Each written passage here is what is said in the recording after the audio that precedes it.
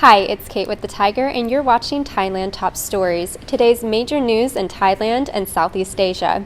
Stay tuned for a quick update on the COVID-19 situation in Thailand, and don't forget to subscribe to the channel. Several political parties in Thailand are starting to name their prime ministerial candidates, and according to the Bangkok Post, a government spokesperson says Prime Minister Prayut has welcomed the move by the ruling party to nominate him as their candidate. Bangkok Post reports that the opposition and some academics argue that the Thai constitution bars anyone from serving as prime minister for more than 2 four-year terms, saying that Prayut's time as prime minister started in 2014 when he was the leader of the National Council for Peace and Order, which seized power in a coup. Others say that Prayut's time as prime minister began in 2017 when the current constitution was put into effect. While there has not been an official announcement, travelers entering Thailand through the Phuket Sandbox might soon be able to apply for a visa on arrival. A graphic was posted by Phuket officials on Facebook outlining the requirements for a visa on arrival when entering through the Phuket Sandbox. According to the Post, travelers will need to have a certificate of entry, or COE, approved and printed out before departure. The visa application is 2,000 baht, and travelers will need to show proof that they have 10,000 baht in their bank account. Travelers will also need to pre-book a stay at a certified SHA Plus hotel.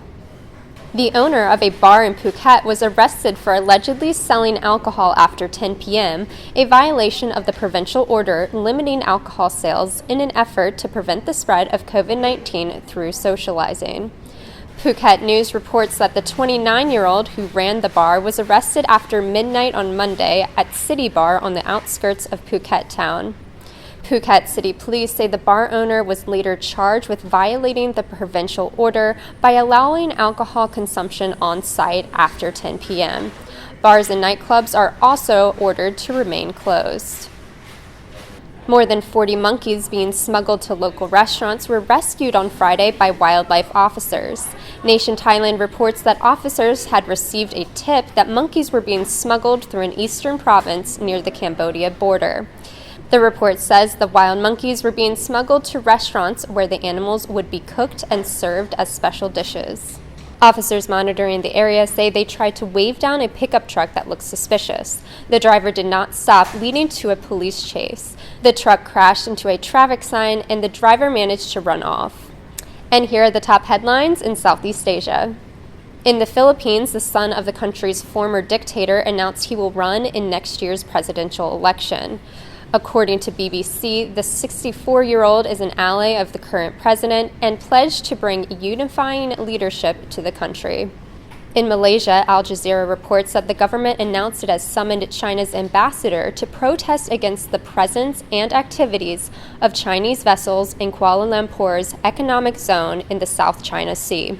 In Myanmar, AFP reports that the ousted and detained leader Aung San Suu Kyi will not call any defense witnesses at her trial at a military-backed court. The 76-year-old was ousted in the February 1st military coup and now faces a raft of charges from sedition to illegally importing walkie-talkies.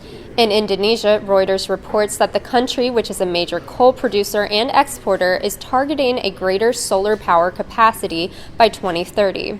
Around 60% of its existing electricity capacity is from coal-fired power plants, and the report says the government wants to shift away from fossil fuels and reach net zero carbon emissions by 2060. And here's an update on the COVID-19 situation in Thailand. Today, October 6th, the CCSA has reported 9,866 new COVID-19 cases and 102 coronavirus-related deaths. Since April 1st, in the latest wave of the virus in Thailand, the CCSA has reported 1,638,234 confirmed COVID-19 cases. In the 24-hour period since the last count, the CCSA has reported 10,115 recoveries. There are now 108,022 people being treated for COVID-19 in Thailand. And that wraps up the COVID-19 update. For more news on Thailand, go to thethaiger.com or check out our evening show, Thailand News Today.